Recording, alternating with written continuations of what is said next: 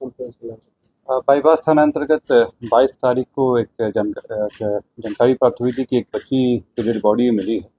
इसमें एक टीम का गठन किया गया था जो पूर्वी एसपी के निर्देशन में चल रहा था और इसमें लगातार वहाँ के एसडीपीओ सिटी 2 डॉक्टर गौरव के द्वारा लगातार अनुश्रवण किया जा रहा था। इसी क्रम में जब वहाँ पे एक टीम बना के जब लोग पहुँचे विभिन्न जगहों पर, तो वहाँ पे कैमरा का अवलोकन किया गया, विभिन्न लोगों से जानकारियाँ इकट्ठा की गई।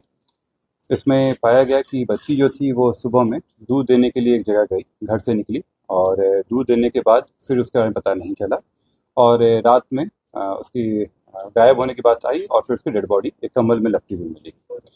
इसमें जब अलग अलग जगहों पर अलग अलग तरीक़ों से पूछताछ और चेकिंग वगैरह शुरू हुआ, इसमें स्वान दस्ते का भी इस्तेमाल किया गया। इस सब के क्रम में जो इस पूरे घटना को करने वाले व्यक्ति थे उसकी पहचान की गई और वो रंजीत कुमार है। वो उसी जगह के आसपास में रहता था किराए पे कमरा लेकर और उसी के द्वारा घटना किया गया था। जब उससे पूछताछ किया गया तो पता चला कि ये जो अभियुक्त है रंजीत कुमार, ये बच्ची को करीब 1.5-2 महीने से बहला फुसला रहा था। ये ठेला पे सामान बेचता था, स्टिकर वगैरह, और यही देख के वो बच्ची को बहलाने फुसलाने की कोशिश कर रहा था और कभी सामान देने के नाम पे, कभी पैसा देने के नाम पे उसको बुलाता था। घटना के दिन भी जब बच्ची दूध दे के लौट रही थी तो ये उसको बहला फुसला के अपने कमरे में ले गया। इसके साथ जब कमरा में ले गया, दरवाज़ा बंद किया, तो बच्ची को एहसास हुआ कि कोई दुर्घटना हो सकती है, तो वो चिल्लाने की कोशिश की। इसी में ये वहाँ पे जो उसके पास रखा हुआ था जो लोढ़ी था, उससे उसके सर पे दे मारा और कई बार प्रहार करने के बाद उस बच्ची का देहांत हो गया। ये उस डेड बॉडी को अपने जो पलंग है उसके नीचे में रख दिया छिपा के, और अगले दिन जब सुबह में रात के 2 बजे के आसपास में वो अपने ही कंबल से लपेट के उसको ले जा रहा था बगल के तालाब में डालने के लिए। परंतु उस समय ही पुलिस की गश्ती थी, वहाँ पे गश्ती गाड़ी घूम रही थी। उसी से डर के वो एक गली में ही रख के उसको भाग गया, जो अगले दिन सुबह में मिला। सुबह उसके मिलने के बाद जब छापेमारी वगैरह हुई तो फिर कुछ और सामान भी बरामद हुए जो पास से कूड़ा करकट से मिला था। उसी को ट्रेस बैक करते हुए यहाँ तक पहुँचे और इस पूरे घटनाक्रम का उद्भेदन करा। इसमें रंजीत कुमार के कमरे से जो खून लगा हुआ तकिया बरामद हुआ, इससे लोड़ी से जिससे वो हमला किया था वो बरामद हुआ है। स्टील का केन जिसमें जो बच्ची थी वो दूध ले जा रही थी वो भी बरामद हुआ ऐसे कमरे से, और एक मोबाइल फ़ोन भी मिला है। इसके अलावा जो तकिया कवर है, खून लगा हुआ जो कंबल वगैरह है, वो सब भी बरामद हो गया है।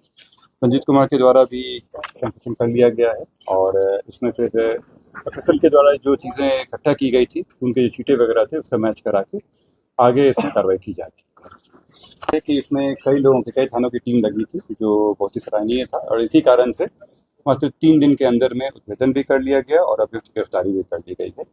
इसमें खास करके जो एसडीपीओ है उनका बहुत बढ़िया रोल रहा और उनके द्वारा, गौरव के द्वारा जो है पूरी टीम को साथ में लेकर चला गया। जो बाईपास थाना के एसएचओ थे रंजीत कुमार, उनका, वहाँ के एडिशनल एसएचओ विकास कुमार यादव, साथ ही में जो हमारे टीओपीज बने थे, मुगलपुरा टीओपी प्रभारी चुन्नू पासवान, बेगमपुर टीओपी प्रभारी विवेक कुमार और छोटी पहाड़ी के टीओपी कुंजेश कुमार। इसके अतिरिक्त जो आसपास के थाने, मालसलामी थाना, इन सबका भी टीम लगा था वहाँ पे और इन सब के ही कंबाइंड एफर्ट के कारण इसका उद्भेदन किया जा सकता। देना चाहूँगा कि ये घटना होने के बाद कुछ लोगों के द्वारा अपने निजी स्वार्थ के लिए वहाँ पे रोड जाम वगैरह भी कराया गया था, जो कि आप लोग जानते हैं कि ये विधि सम्मत नहीं है और इसके संबंध में वहाँ पे जो परिवार वाले थे उनको भड़काया भी जा रहा था और पुलिस को अपने काम करने से रोका भी जा रहा था। इस संबंध में एक कांड दर्ज किया गया और कल रात में जो उस घटना में लोगों को उकसा रहे थे और रोड पे जो रोड जाम किए थे और गाड़ी क्षतिग्रस्त करने की बात कर रहे थे, वैसे 5 व्यक्तियों को गिरफ्तार किया गया है और उनको जेल भेजा गया है। जब भी घटना होती है तो शुरुआत के समय में जितने एविडेंस हम लोग कलेक्ट कर सकते हैं वो इम्पोर्टेंट होता है, और जब रोड जाम घटना हो जाती है तो पुलिस को रोड जाम छुड़ाने जाना पड़ता है, जिस कारण से अनुसंधान प्रभावित होता है। आप लोगों के द्वारा भी मैं अपील करता हूँ कि जो घटनाएं होती है उसमें पुलिस त्वरित रूप से कार्रवाई करती है। इसमें भी वही हुआ है। अगर ये रोड जाम की घटना नहीं होती और अगर जो अन्य तरीकों से दबाव डालने की कोशिश की जाती, अगर वो नहीं होती तो शायद और जल्दी होता है ये चीज़ें, परंतु किसी भी तरह से रोड जाम करना ये विधि सम्मत नहीं है। मैं आप लोगों से अपील भी करता हूँ कि अगर लोगों को जानकारी हो या वो अनुसंधान में मदद करना चाहते हों तो पुलिस उनका स्वागत करती है।